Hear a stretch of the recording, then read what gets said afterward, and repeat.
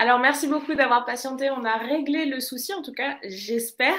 Donc, Guillaume, je t'ai demandé de nous expliquer un petit peu ce que c'est que la négoce des matériaux de construction. Alors, tu avais commencé à le faire et tu l'avais très bien fait. Donc, je te propose de recommencer juste pour qu'on se remette dans le bain.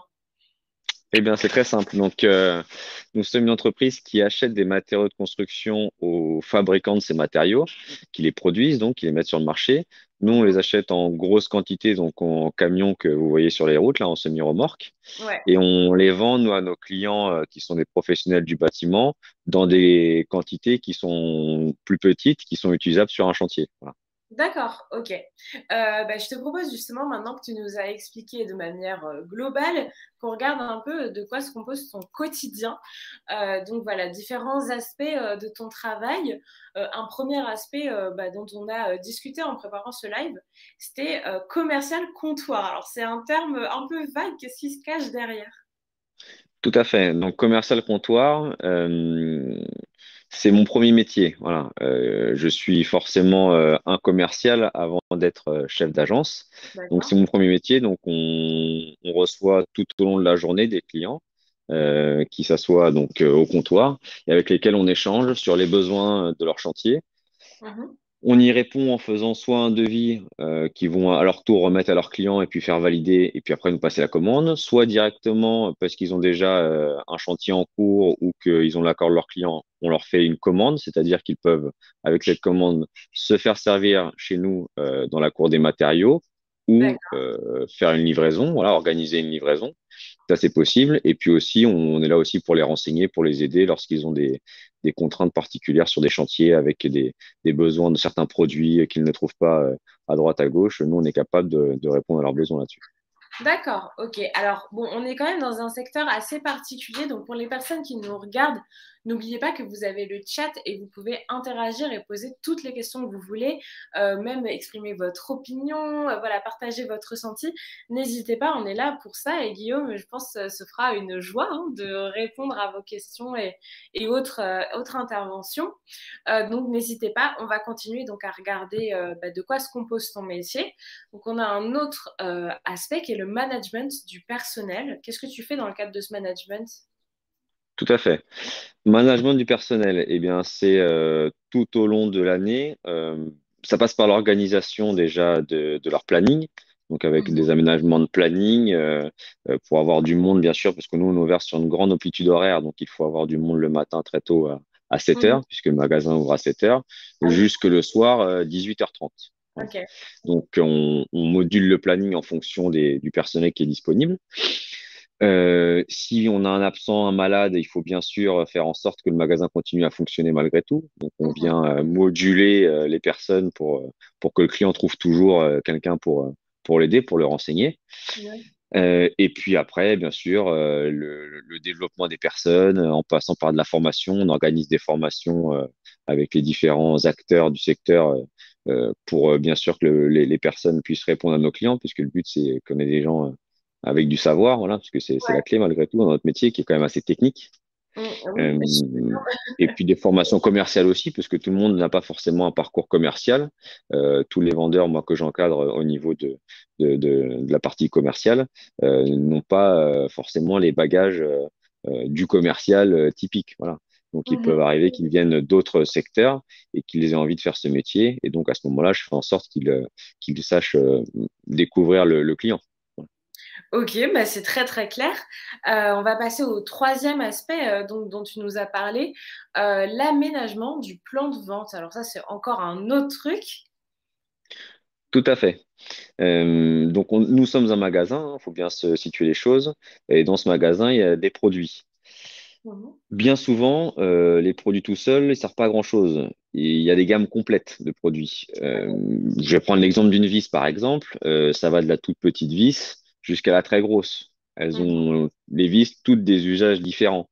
Et donc, il faut avoir des gammes complètes et larges pour pouvoir répondre le mieux à nos clients, puisque bien souvent, le client a une idée en tête en venant au magasin. Il souhaite acheter une vis de telle dimension. Si jamais il y a une rupture ou si jamais il ne trouve pas ce qu'il veut, il faut qu'il puisse repartir avec de la marchandise, ce client, parce que lui, il faut que son chantier avance. Donc, Mhm. on a des gammes larges pour que si cette vis-là ne va pas, qu'il trouve sa petite sœur qui fait quasiment la même chose. Voilà.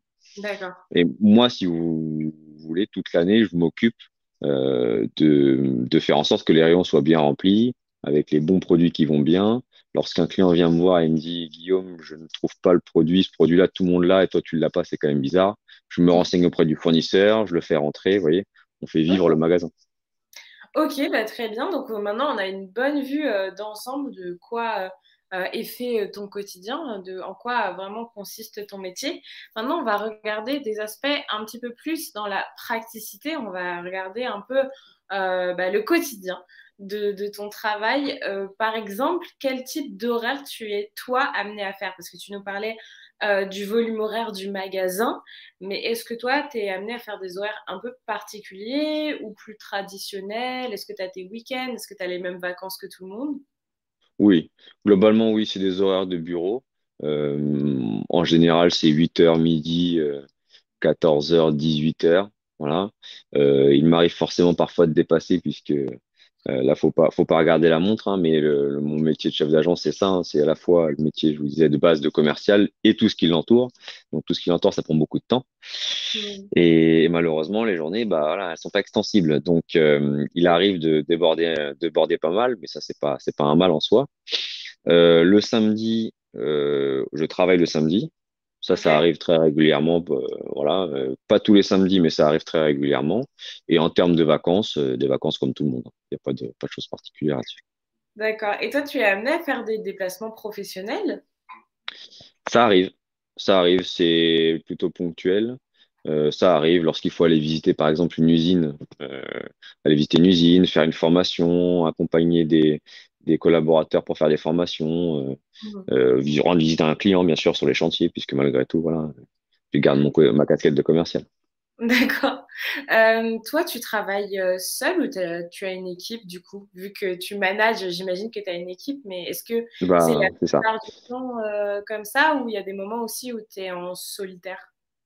Bah, je dirais mon équipe proche, c'est forcément les autres responsables de pôle caisse, le pôle du libre-service, le magasin, la cour. Il y a un responsable de la cour, du parc des matériaux, voilà, avec lequel j'entretiens aussi des relations privilégiées. Voilà, mon équipe, c'est plus l'équipe de managers. Et puis après, bien sûr, tous les collaborateurs que je croise au quotidien. Donc, c'est plutôt un métier où je suis en relation avec beaucoup de monde. Ok, alors on a des questions qui sont arrivées. On nous demande est-ce qu'il y a un lien entre un commercial et un conseiller? Oui, nous, chez nous, l'habitude d'appeler les commerciaux conseiller commercial. Vous voyez. Donc, pour le Ok. coup, c'est vraiment lié. C'est-à-dire qu'un conseiller euh, va faire le début, je vois un peu ça comme ça. Moi, le conseiller va commencer à faire le plan de découverte, un petit peu Mhm. si ça vous cause. Et puis après, le commercial va prendre le dessus et vendre les matériaux. Voilà. Donc, c'est lié. Les deux sont liés. Ok. On nous demande aussi comment se passe la formation commerciale, mais je pense qu'on va aussi regarder ton parcours, hein, mais je pense qu'on peut Oui. commencer à aborder le sujet. Bah, la formation commerciale se passe très bien. Nous, au quotidien, puisqu'on fait un peu de recrutement aussi, ce qu'on cherche, c'est quelqu'un qui a juste envie, voilà, envie de renseigner, envie d'aider le client. Euh, S'il n'a pas la fibre commerciale, c'est pas grave, ça peut venir ça, à force d'en faire et puis via quelques parcours de formation que l'on a en interne chez GDMat et aussi que l'on trouve chez les différents fabricants, la partie commerciale, elle se fait toute seule. Voilà. J'ai des exemples, moi, Mhm. dans mon pôle commercial, de collaborateurs qui n'avaient pas de bagages commerciaux et commercial, pardon, et ils font très bien l'affaire. Ok, bah c'est super intéressant à savoir. On a aussi une question, bah, c'est toujours Doudi qui nous demande, parce que tu en as parlé tout à l'heure, et c'est vrai que bah, tout le monde ne sait pas, c'est quoi un fournisseur? Un fournisseur, c'est comment dire, l'entreprise, l'entité qui nous fournit nos produits. Voilà. Typiquement, le fabricant de parpaings, le fabricant de laine de verre, le fabricant de BA13, le fabricant d'ampoules, enfin D'accord. voilà. Ça, c'est Oui, le oui. fournisseur, on appelle ça le fournisseur. C'est le fabricant bien souvent. Bien souvent, parce que Ok. parfois c'est un peu plus compliqué, mais bien souvent c'est ça. Ok. Oui, parfois, en fait, on a des questions de ce genre-là. C'est vrai qu'on peut penser que tout le monde sait, connaît ce genre de termes, mais c'est bien parfois de rappeler bah, les bases. D'expliquer. Est-ce qu'il y a des jeunes au sein de ton équipe, du coup? Tout à fait. On faisait un point avec mon directeur début de semaine sur l'ancienneté de certains et la jeunesse d'autres. Et on a en moyenne d'âge aux alentours de 34 ans. Ah oui, donc ouais, c'est une Je suis moyenne léger du maths. plutôt basse. Ça s'avance. Ok. Plutôt jeune, tout à fait. Voilà, plutôt jeune. Donc c'est un métier qui intéresse même les jeunes. Bon, bah, tant mieux, c'est une bonne chose. Donc peut-être pour que les personnes qui nous regardent vont se découvrir une vocation. Et du coup, moi, Tout je à me fait. demandais, toi qui travailles en équipe principalement, comment est-ce que tu définirais le relationnel qui a été instauré bah, dans cette équipe, ou même le relationnel que tu peux avoir bah, justement avec des fournisseurs ou des choses comme ça? C'est très convivial. Hmm. Vraiment, c'est très convivial, hein, puisque le bâtiment, le métier du bâtiment, c'est plutôt un métier d'homme, puisque dans le bâtiment, surtout la rénovation, rien ne se passe jamais comme prévu. Donc, Mhm. c'est un métier d'homme, de relation, avec des hommes sur lesquels on peut compter. Et donc, c'est plutôt très convivial comme relation. Et du coup, ça veut dire que si une jeune femme qui nous regarde veut faire ce métier, elle peut pas? Ah si, si, non, c'est un métier d'homme, je parle d'homme, de personne. C'est-à-dire D'accord, que je m'imagine toujours un peu l'avenir du métier et je vois mal des machines, en tout cas dans notre secteur, nous remplacer. Puisque d'accord. vraiment, il y a ce côté Très humain, quoi. relationnel, Ok. très humain, voilà. Très humain, poignée de main, enfin voilà, c'est vraiment très, voilà. Mais une jeune femme peut tout à fait pratiquer le métier de commercial. On a nous, plusieurs femmes dans l'équipe commerciale, j'en ai plusieurs, notamment au niveau du rayon carrelage, puisque mesdames apprécient particulièrement les produits de finition. Donc, ça se passe très, très bien. Ok, super. Au niveau de ton environnement, est-ce que tu es plutôt amené à travailler en bureau? Est-ce que tu as de l'extérieur? Est-ce que tu visites peut-être des chantiers? Comment c'est? C'est majoritairement du travail au bureau. Majoritairement, on est je suis au bureau, moi, à l'agence. Mhm. Il m'arrive d'aller sur chantier, mais majoritairement, c'est ici au bureau. On communique via téléphone maintenant, via les mails. Enfin, là, ça fonctionne très bien, tous ces moyens. Et tu es au sein d'une enfin d'une entreprise quand même assez importante. Est-ce que du coup tu es amené à parler d'autres langues que le français ou ça reste quand même très francophone? Non, non, non, c'est très francophone. Forcément, le métier du bâtiment, ça va faire sourire beaucoup de monde, mais il y a des Portugais. Voilà. Ok. Beaucoup de Portugais, donc si on pratique le portugais, c'est un plus, c'est un luxe même, je dirais. Euh, Pas mal de métiers, pas mal de, pardon, de langues Europe de l'Est aussi. Mhm. S'il y a quelques personnes qui pratiquent ces langues-là, c'est plutôt un plus aussi. Mais Ok. oui, oui, c'est majoritairement du français. C'est Ok. très peu d'anglais. Euh, Et du coup, moi, je me demandais, qu'est-ce que ça t'apporte au quotidien de faire ton métier? Qu'est-ce que tu dirais qui sont les avantages s'il y avait une jeune personne qui te disait qu'elle voulait faire la même chose que toi, tu lui dirais que les avantages, c'est quoi? Alors, c'est un métier très concret. Ok. Je m'explique. On rend un vrai service, c'est-à-dire que moi je le vois un peu comme ça, sans nous, rien ne se construit. Oui. On est vraiment à l'articulation entre le fabricant qui lui gère une usine et le maçon, si je grossis un peu le trait, qui lui est en train de fabriquer une maison. Voilà. Mhm. Donc c'est très concret. Si il y a personne à ce carrefour-là, bah, il se passe pas grand-chose. Voilà.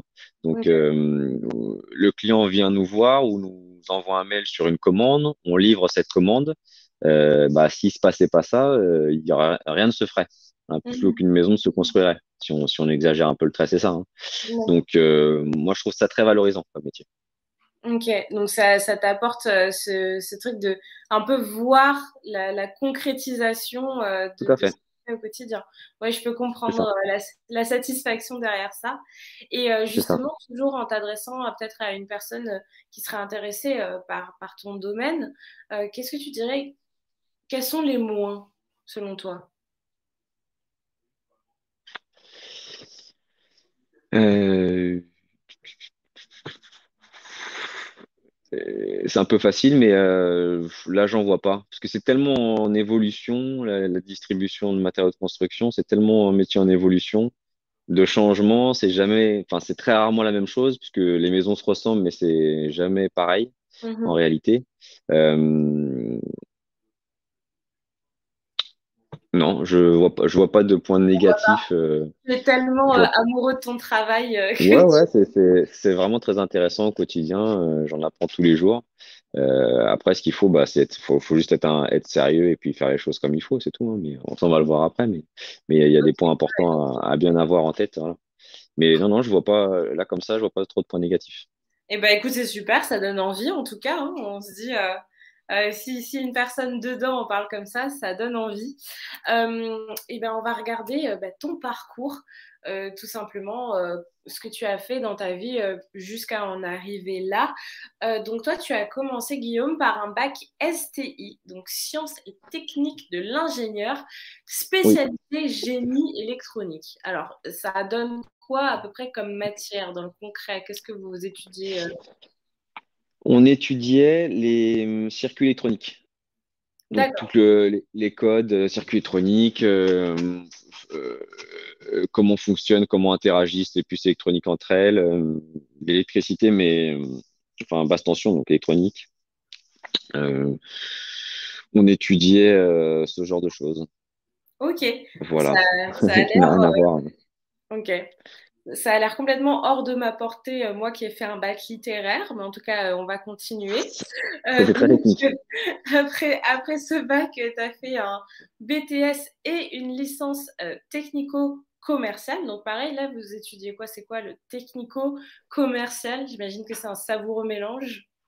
C'est ça, c'était principalement du commerce avec tout ce qui va bien, le plan de découverte et compagnie là, qu'on nous a appris, et aussi la technique, donc avec comment dire des cours encore une fois d'électronique. Il y avait de l'électronique, il y avait des cours de comment fonctionne un réfrigérateur, comment fonctionne un téléphone, comment fonctionne une télé, voilà.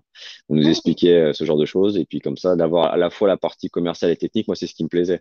Parce que le D'accord. commerce tout seul, vendre un canapé, je suis pas sûr que ça m'aurait fait rêver. Et j'aimais bien la technique aussi, donc j'avais besoin de ce côté technique en plus. Ça veut dire que si mon téléviseur a un problème demain, je peux t'appeler, dire Guillaume, j'ai une galère et tout, et tu sauras un petit peu quoi faire. Je je- Ça remonte à très longtemps, alors je suis pas sûr. Ok, d'accord. Pas totalement frais, mais quand même une bonne base de connaissances. Alors après ça, donc après ce BTS et cette Non, licence, fait- tu as fait tes débuts c'est ça. chez GDMAT. Donc, tu as fait un stage sur 14 semaines pendant ton BTS. Et puis après, pendant ta licence, tu as fait une alternance. Alors, est-ce que toi, tu recommanderais vraiment d'avoir cette combinaison études et pratique en entreprise?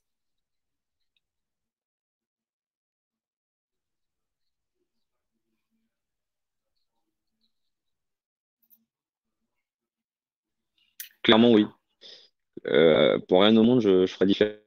La licence Tu ferais... en alternance m'a permis vraiment de m'intégrer dans l'entreprise, puisque j'ai dit maths a été Mhm. ma première. Entendez? Oui, oui, en fait, on a un petit décalage, on a un petit lag, mais tout va bien. Vous m'entendez? Ouais. Bon.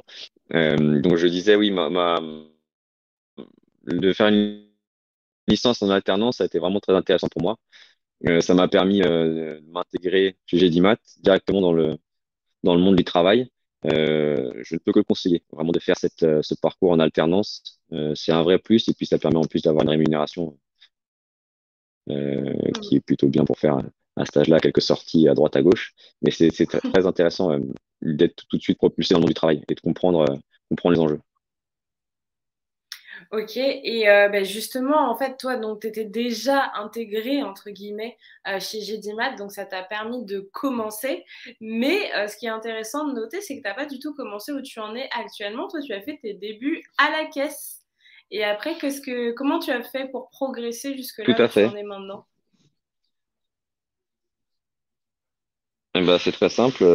Comme je disais, donc sortie de licence d'alternance, donc j'ai demandé si il y avait une place disponible pour moi chez GDMAT. Et il n'y avait pas de place de disponible au niveau du commerce. Donc moi, ça me posait pas de souci de faire autre chose. Donc j'étais à la caisse pour en revenir là. Et puis après, une place s'est libérée au niveau du commerce, donc j'ai réintégré mes premiers amours au commerce. Et puis au fur et à mesure, la place de chef d'agence, puisque mon chef d'agence anciennement est passé directeur, donc je suis passé moi chef d'agence à sa place. Voilà. Et ben voilà, Pour être très clair. Et tout ça en étant sérieux et puis en étant curieux, en cherchant des réponses. Voilà. C'est important. tout s'est bien intégré et imbriqué d'une manière fluide et satisfaisante.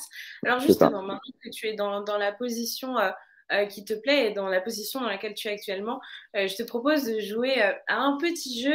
Admettons que je sois recruteuse ou recruteuse, je ne sais pas, et que tu sois un candidat pour le poste que tu occupes actuellement, et tu m'expliques quelles sont les compétences que tu penses absolument nécessaires pour ton travail et bah, pourquoi tu les possèdes et pourquoi elles sont importantes.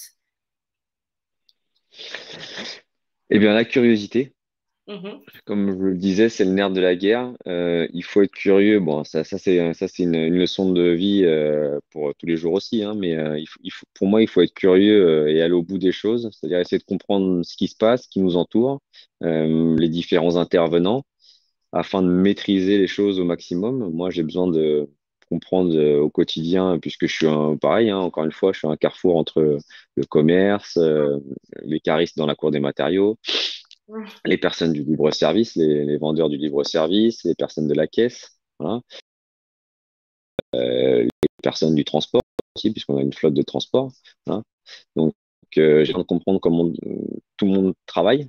Mhm. Ah, euh, puisque dans mon quotidien, je mets, voilà, le but, c'est que les choses avancent, que le client soit livré, que les marchandises et que les commandes soient honorées. Donc, il faut absolument que je comprenne tout ça. Donc, la curiosité, vraiment.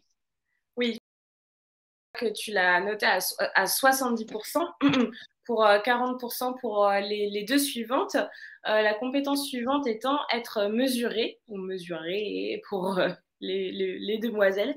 Alors, pourquoi avoir ce sens de la mesure justement? À quoi ça te sert?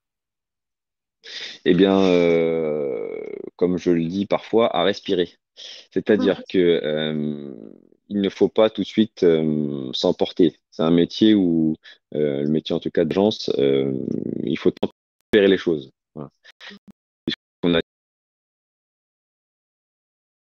essayé de les entendre, les intégrer, et puis après agir en tranchant une directive et puis s'y tenir. Voilà.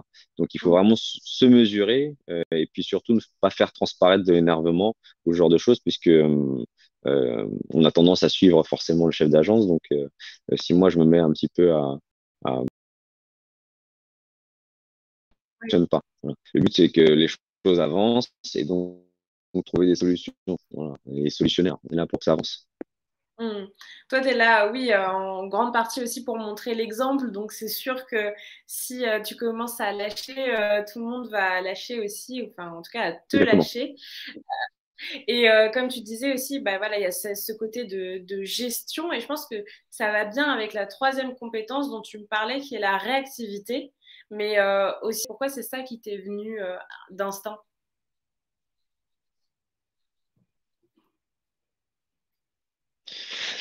Eh bien, parce que il faut que les choses se fassent. Voilà. On a un métier très concret, comme je le rappelais. Donc, si jamais il y a une panne, une casse, une marchandise qui n'arrive pas, un imprévu sur un chantier, un défaut de paiement d'un client, voilà, il faut être réactif, c'est-à-dire se constituer un carnet d'adresses avec les bonnes personnes à contacter et faire en sorte que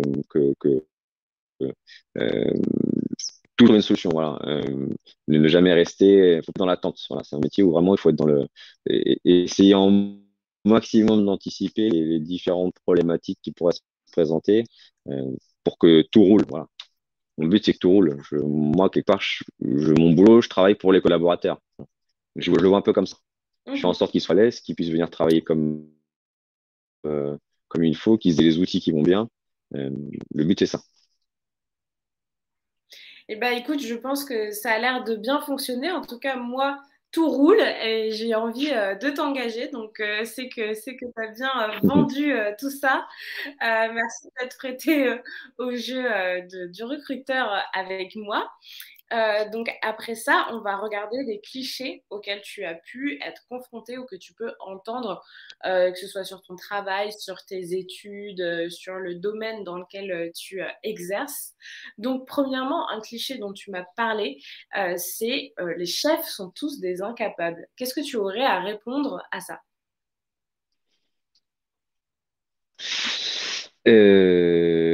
J'aurais à répondre qu'avant d'être chef, j'ai fait le même métier que tout le monde. Voilà. Moi, je suis passé, mon parcours en tout cas, je suis passé par toutes les cases, donc je sais comment ça fonctionne dans d'autres secteurs chez nous. Donc je comprends bien les choses. Voilà. Incapable, je ne sais pas. En tout cas, on, on, on fait en sorte que tout se passe bien, donc il n'y a pas de raison qu'on soit incapable. Mhm. Oui, bah, c'est sûr. Surtout que il y a des personnes qui arrivent directement dans des positions hiérarchiques avancées, mais il y a aussi des personnes qui, comme toi, ont une progression au fur et à mesure et C'est ça. qui ont l'expérience en fait d'être passées par des postes moins avancés hiérarchiquement. Donc voilà, c'est un cliché, mais de toute façon, à chaque fois qu'on reçoit des managers, des directeurs, etc., on entend ce cliché, donc malheureusement, il a la peau dure, mais on va essayer Ouais. de le défaire au fur et à mesure.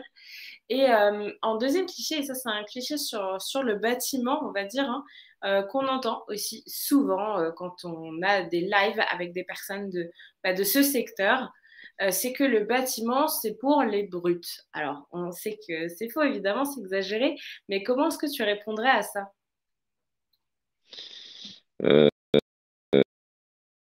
on sait bien que c'est faux, puisque le bâtiment, il y a vraiment tous les métiers. Il y a forcément la division qui me vient tout de suite, c'est le maçon avec sa truelle sur le chantier.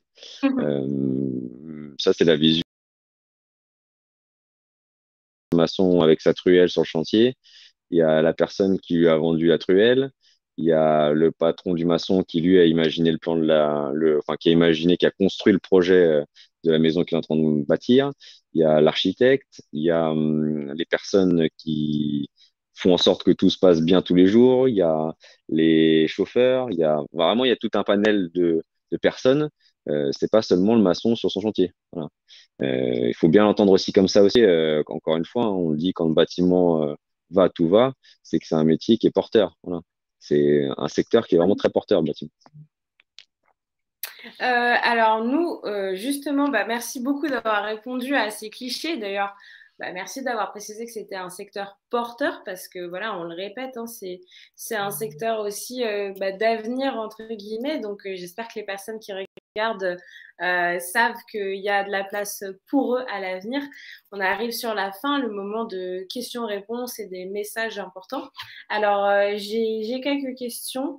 Euh, donc, premièrement, est-ce que GDMAT prend des jeunes pour des semaines de découverte? Ça arrive. On en a un d'ailleurs en ce moment qui fait plusieurs fois qu'il vient comme ça en stage de découverte. Ça arrive, tout à fait, ça arrive sur différents secteurs, mais ça arrive. Ok. Toi, par exemple, tu as déjà eu des stagiaires ou des trucs comme ça? Bah, j'en ai déjà eu, j'en ai été un, je vous le rappelle, Mhm, mais j'en ai déjà eu, donc j'essaye de leur faire, comment dire, de leur donner leur chance. mhm, Euh, Si je peux m'adresser aux jeunes qui nous regardent, ce qu'il faut, c'est donner, montrez-nous ce que vous savez faire. Ne vous contentez pas de rester sur votre téléphone, soyez curieux. La mhm. curiosité, j'insiste sur ce terme, soyez curieux, même si pour l'instant c'est pas votre préoccupation, le métier qui vous permettra de gagner votre vie. Soyez curieux, essayez d'entendre les choses, d'observer et de faire des déductions de ce que vous voyez. Ça, c'est important. Ça construit le cerveau. Voilà. Et même si vous êtes sur votre téléphone, vous pouvez en profiter pour vous renseigner sur tout un tas de choses, hein. Internet, c'est un accès illimité à tout un tas de savoirs, d'opportunités, de Tout à choses fait. comme ça. Voilà, si on a cette curiosité, peu importe la manière dont on l'exprime, mais au moins il faut l'exprimer, quoi. Il faut aller chercher à se renseigner. On a aussi comme autre question, mais je pense que tu y as déjà un peu répondu. En fait, on a pas mal de Tout à fait. questions auxquelles on a déjà un petit peu répondu.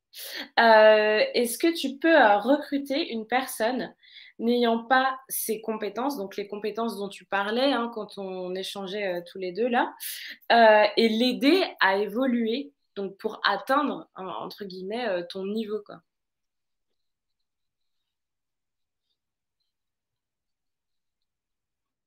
Bien sûr. Euh, Moi, j'ai aucun problème avec ça. Il faut juste montrer de quoi vous êtes capable, être sérieux dans ce que vous faites. Et avec grand plaisir, hein. Avec grand plaisir. On ne demande que ça, nous. On a du mal à trouver, vous voyez, bien souvent, mon ancien chef d'agence, c'est pareil, il est rentré au commerce et puis il a fait ses preuves.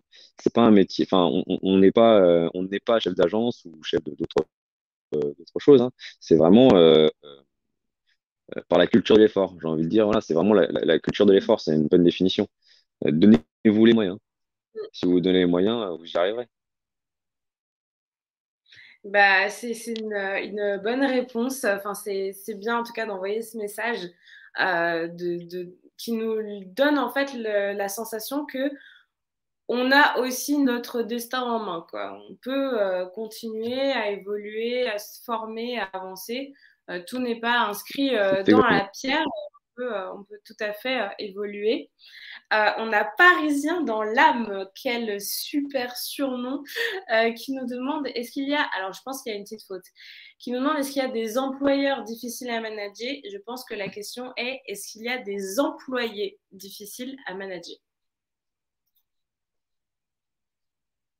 Il y en a toujours, il y en aura toujours. Chacun a son caractère, nous sommes tous différents et heureusement. L'important, c'est de tirer de chacun le meilleur, à la fois pour que les collaborateurs s'épanouissent au travail, parce que avoir moi des personnes qui font la moue toute la journée, c'est pas la peine. Faut que le collaborateur il s'épanouisse au travail, faut qu'il aime ce qu'il fait tous les jours, parce que s'il vient ici en, en se levant et en disant oh là là, encore une journée, c'est bon pour personne, ni pour lui, ni pour nous, parce que forcément, il va pas mettre du sien. Tout le monde est différent, chacun a sa place différemment dans l'entreprise. Nous, on a un panel de métiers, voilà, dans tout ce que je vous ai décrit, qui est important. Donc, si jamais un collaborateur ne se sent pas heureux à sa place et qu'il décide qu'il a envie de faire autre chose, on n'a aucun problème à faire passer quelqu'un qui est chauffeur, à travailler dans la cour des matériaux, à rentrer dans le libre-service. Il y a aucun souci. Tout s'étudie, voilà. C'est juste une question d'effort, voilà. Le collaborateur nous montre qu'il sera capable de le faire, voilà, qu'il a envie. Et moi, Guillaume, j'ai une question du coup, parce que tu disais que vous étiez en recherche, hein, que vous vouliez avoir en fait de la force de travail, pouvoir employer des personnes. Qu'est-ce que tu dirais à une jeune personne qui se cherche, qui ne sait pas forcément dans quoi travailler, pour qu'elle ait envie de venir dans ton domaine, dans le domaine justement voilà, de la construction, de ces matériaux et tout, qui est quand même un milieu très divers avec plein de métiers. Mais qu'est-ce que tu lui dirais en fait? Comment est-ce que tu vendrais ça entre guillemets? Quels sont toi, par exemple, les arguments qui t'ont le plus accroché quand tu étais jeune pour te diriger vers ce milieu-là? Bah, moi, je suis très bricoleur. Donc, j'avais Mhm. cette sensibilité aux matériaux de construction, au bricolage, si je peux appeler ça comme ça. J'avais cette sensibilité-là de me dire, voilà, il y a un produit qui est là, je vais en faire quelque chose, en l'assemblant avec d'autres produits, ça va faire une construction, je vais faire une isolation. Vous voyez, il y a tout un tas de domaines. Mhm. Il faut quand même que ça intéresse, que ça intéresse les personnes qui y travaillent. On ne vend jamais mieux que ce qu'on connaît. Voilà. Mhm. Euh, je suis pas bien sûr qu'on tombe amoureux des matériaux de construction en étant dedans, je pense qu'il faut quand même avoir un petit attrait pour le bâtiment, ou en tout cas avoir, comment dire, être intéressé par la construction, si on fait des Lego, vous voyez, ce genre de choses. Ouais, Donc, il y a quand ok. même quelque chose on a envie de construire, voilà, pour Ok. résumer. Faut quelqu'un qui a envie de construire, qui a envie de fabriquer et disons qu'il y a un attrait pour les matériaux et qui se dit, bon, je suis peut-être pas très doué de mes mains, mais par contre, je sais parler, je sais me faire comprendre, et ben, je peux devenir commercial dans les matériaux de construction, vous voyez. C'est un peu Ok. ça que je dirais, moi. Oui, parce que toi, en fait, tu combines un peu le meilleur des deux selon toi. Tu combines le côté commercial, mais aussi le côté bah, justement technique, matériaux, construction, etc. Dans le sens Oui, où tout l'un ou tout l'autre, ça aurait peut-être pas forcément c'est ça. été ton délire, quoi. C'est ça. C'est Ouais. ce qui me plaît, moi. C'est ce qui me plaît, moi. Voilà. C'est ce qui me plaît, c'est de pouvoir vendre ce que je trouve intéressant, ce que je trouve facile à mettre en œuvre, voilà, et puis pouvoir en parler, parce qu'on parle toujours bien de ce qu'on connaît. Ouais, ça c'est sûr. Bon, après, il y a des personnes qui savent pas forcément qu'ils ont cet attrait en eux, mais du coup, c'est un bon exemple, l'exemple des Lego, etc., parce que ça permet mieux de se figurer, voilà, s'il y a cette volonté de, comme tu disais, hein, de construire des choses, bah, ça peut être un bon signe. On arrive sur la fin de ce live. Moi, je te laisse la parole, Guillaume, si jamais tu voulais diffuser un message ou donner des conseils pour les élèves, hein, sachant qu'on a quand même des personnes généralement entre 14 et 24 ans qui nous regardent. Donc, si toi, tu as envie d'utiliser ton propre parcours ou des choses que tu as apprises dans ta vie et de leur partager maintenant, c'est le moment. Je te laisse carte blanche.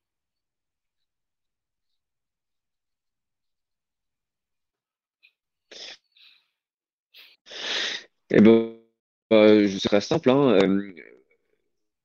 peu importe quelque part vos études, parce que moi, je l'ai pas forcément dit, mais les études forcément faites pour tout le monde, en tout cas vos études au sens large.